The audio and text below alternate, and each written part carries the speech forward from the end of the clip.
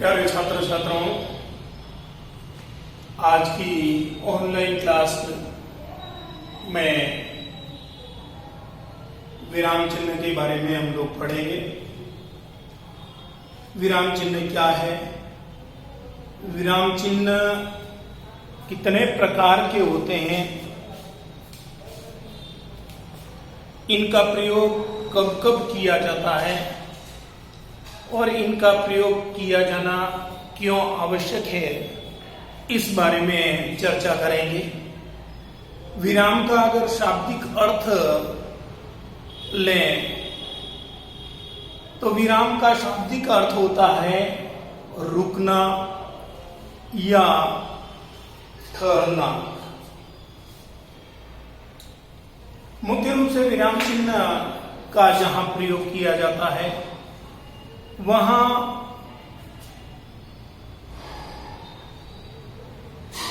वाक्य में शुद्धता लाने के लिए, सुंदरता लाने के लिए और जो अर्थ हम समझाना चाह रहे हैं उस अर्थ को हूबहू सामने वाला समझ जाए, उसका कोई गलत अर्थ न निकले, इसके लिए हम लोग विराम चिन्हों का प्रयोग करते हैं। वाक्य का उच्चारण करते समय भावों को प्रकट करने के लिए जहां रुकते हैं उसे हम विराम कहते हैं और लिखित भाषा को प्रकट करने के लिए जिन चिन्हों का प्रयोग किया जाता है उन्हें विराम चिन्ह कहते हैं। ये विराम चिन्ह उचित प्रयोग पर भाषा में स्पष्टता और शुद्धता लाते हैं और यही कारण है कि विराम चिन्हों के स्थान में यदि कहीं परिवर्तन कर देते हैं, जो विराम चिन्ह लगाना चाह रहे हैं या लगाया जाता है उसको अगर नहीं लगा करके कोई अन्य विराम चिन्ह का अगर उस जगह प्रयोग किया जाता है तो उसमें अर्थगत अंतर आ जाता है, जिससे कहने का भाव और अर्थ दोनों ही बदल जाते हैं। उदाहरण के तौर पर एक वाक्य दे रखा है, छोड़ो मत पकड़े रहो। छोड़ो मत और उसके बाद में अल्प विराम, इंग्लिश में कोमा कहते हैं, पकड़े रहो। इसका अर्थ हुआ कि छोड़ना नहीं है, छोड़ो मत, छोड़ना नहीं है, उसको पकड़े हुए रखना है।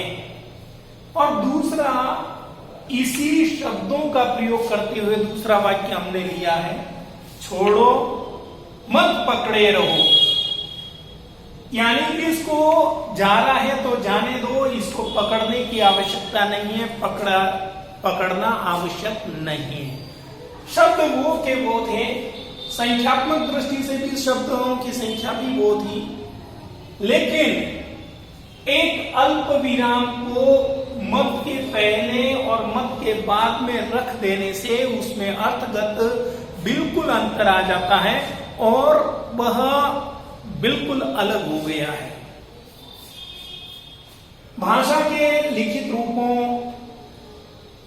में भावों और विचारों को प्रकट करने के लिए विशेष स्थानों पर रुकने का संकेत करने वाले चिन्हों को विराम चिन्ह कहते हैं। इनको दर्शाने का अलग अलग ढंग है, वो आगे जाकर हम पढ़ रहे हैं। इन विराम चिन्हों को वाक्य के अंत में भी लगाया जा सकता है, मध्य में लगा सकते हैं और किसी के कहे शब्दों के साथ लगा सकते हैं। विवरण और अन्य भी अनेक संकेतों के लिए व्याकरण के नियमानुसार इनका प्रयोग किया जाता है। इस प्रकार से हिंदी में विराम चिन्ह मुख्य रूप से 12 विराम चिन्ह है, जिनका अलग अलग स्थानों पर अलग अलग प्रयोग किया जाता है। हिंदी में प्रयोग किए जाने वाले प्रमुख विराम चिन्ह इस प्रकार है। अल्प विराम, जिसका चिन्ह ब्रैकेट में दे रखा है। अर्ध विराम, बिंदु और नीचे कोमा है, पूर्ण विराम, पूरा डंडा है, प्रश्नवाचक चिन्ह, फिर उसके बाद में विस्मयादिनी बोधक चिन्ह,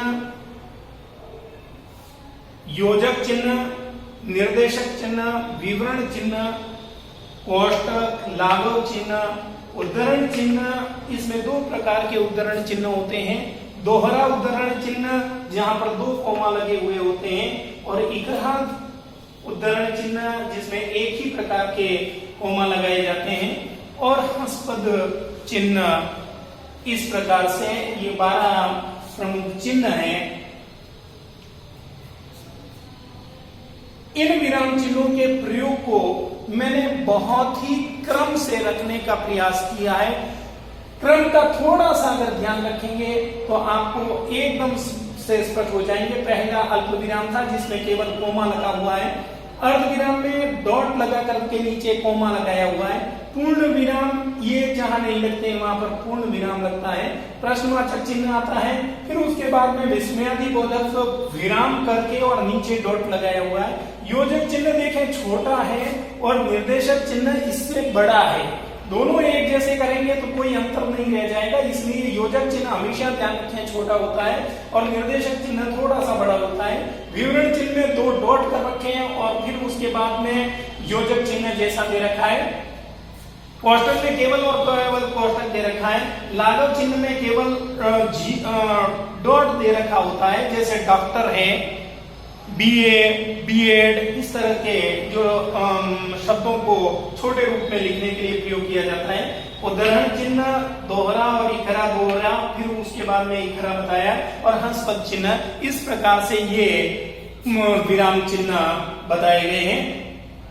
आगे की कक्षा में हम विराम चिन्ह में ही प्रमुख जो विराम चिन्ह है उनकी परिभाषाएं और उनके कम से कम एक एक उदाहरण हम लोग आपको बताएंगे। इस प्रकार से आपको इस कक्षा में आपने विराम चिन्ह क्या है, विराम चिन्ह के फेरबदल करने से कितना अंतर आ जाता है, इस प्रकार से इस कक्षा में आपने अध्ययन किया।